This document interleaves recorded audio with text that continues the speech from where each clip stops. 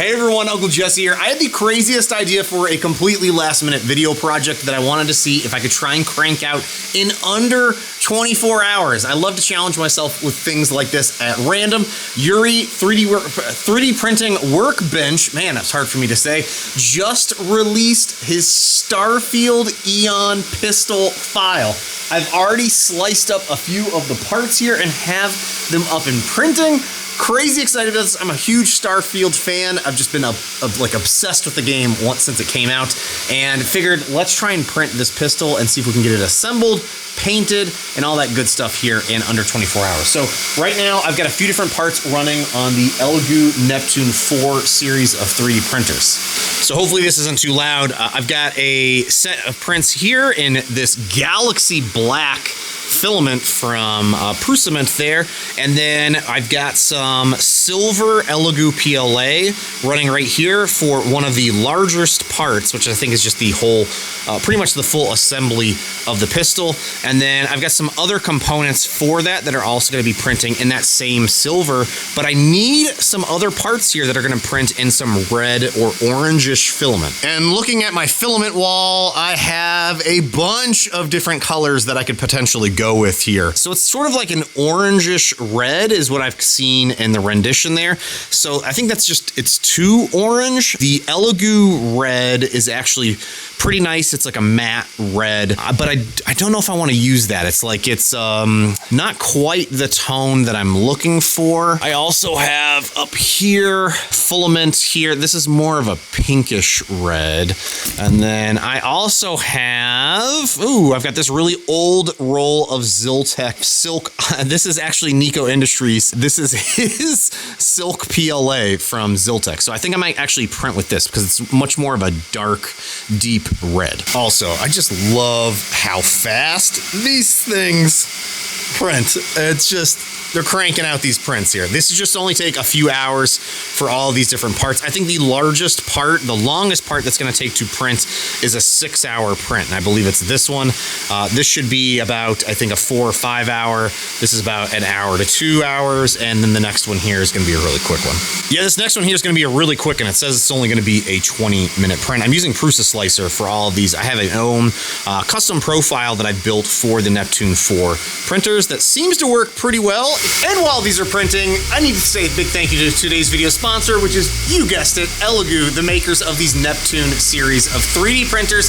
These are the Neptune 4s. They're affordable and print crazy fast, have auto bed leveling, and you can find more information about them in the links down below. But also, Elegoo has just put up for pre-order their new Neptune 4 Plus and the Neptune 4 Max, which is their large format 3D printers that are also now going to be sporting the new print speed capabilities that we're seeing on these Neptune 4 3D printers. If you're interested in more info about those, you'll definitely find links to them down below, and as soon as I have them on hand, you'll be sure I'll be making some videos on them. Now, while I've got the rest of the prints finishing up, I've got some gloves on, and I picked up some rub and buff, or this is metallic luster. It's basically a gold wax. And I've taped off some of the parts here, so everything that I want to be gold, I'm just gonna rub and buff on, and it's one of the easiest ways to add a nice little finish to some of your 3D prints without having to go through the hassle of painting a lot of things.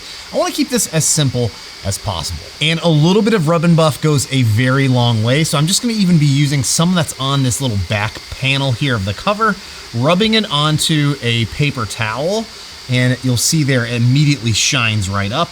And I can push this into a piece of cardboard to help brush off any excess, and then start brushing it on. Now, just to give this a test, I'm going to be going on the underside of my part here just to see what the finish is going to look like on this. I can tell you right now, I am already not a big fan of this metallic luster from Deco Art. It's way too thick. After all that drama, I went out and picked up some more official rub and buff. So this is what we're going to be using now moving forward here. Now, I think I'm going to just go with the gold leaf as an option here. I'm just going to dab this on. Much better, much better.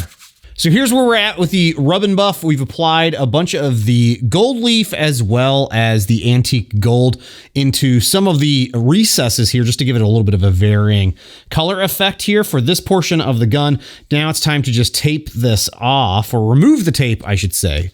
So we can just come in here and peel this off to see the two-tone look that we're going for. And I might apply just a little bit of the silver rub and buff to the gray portions of the gun here. We'll see. We'll see. So one of the coolest parts about Yuri, or the 3D Workbench, his files, is that you always end up with a whole bunch of different parts that you can run off and individually print and then go and assemble. And he always includes these nice installation guides on how to actually assemble all the parts. So what I need to do is do just that. So here is this portion here that I need to go in, and everything just kind of slots together, which is really cool.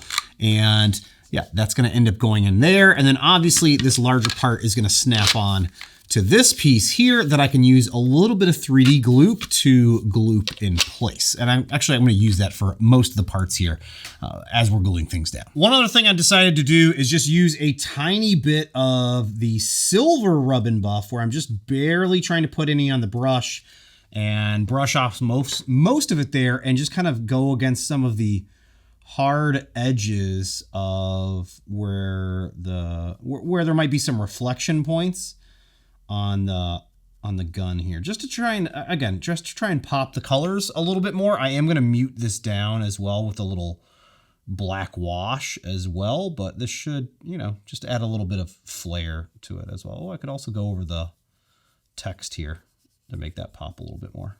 All right, this next part can easily be the scariest part of any build, especially when it comes to painting and distressing it and just making it look a little weathered, is adding a little black wash to this. So I'm just gonna be using some very basic, cheap black acrylic paint, watering it down like crazy and brushing it all over, letting it sit, I don't know, for 30 seconds to a minute, and then wiping it away to leave some of the excess black ink all in the recesses here of our prop. Again, very intimidating here the first time you do it, but I swear it works really well to add a little bit more realism and a little bit more grit look to your overall prop. I went a little too thick with mine, so I'm just gonna pour in some of that dark liquid into another container so that I'm not mixing in too much of the ink. And you'll see here, it's just kind of very liquidy as I dab it on the paper towel.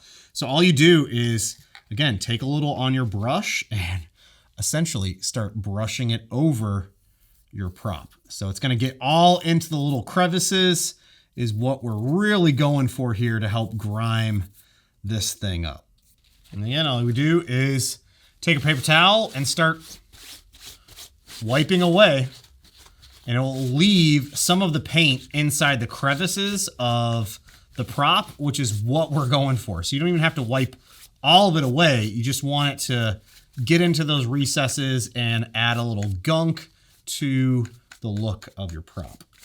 You can also repeat this as many times as you like, or use different varying colors as well to add a little bit more depth to this. But for me, I'm just gonna be using this and keeping it very simple with the black here. You can also use a heat gun to help seal in the acrylic paint there before starting on to additional layers if you'd like. And here's our finished Starfield EON Blaster that, again, I was able to run off and get 3D printed and here painted in like half a day. But of course, I had the aid of 4 different Neptune 4 3D printers. But even if you don't have 4 of these 3D printers, if you just have a fast 3D printer like the Neptune 4 here, you could probably crank this out in less than a day for all the parts that are needed for this. It was just a really fun, simple project, going all the way from 3D printing to adding a little bit of rub and buff to the black wash coat there to just add and have some of those details pop here for this Replica blaster. This is such a fun game, and the files here, I highly recommend running off and trying to print them for yourself. I'll have links to Yuri's 3D Workbench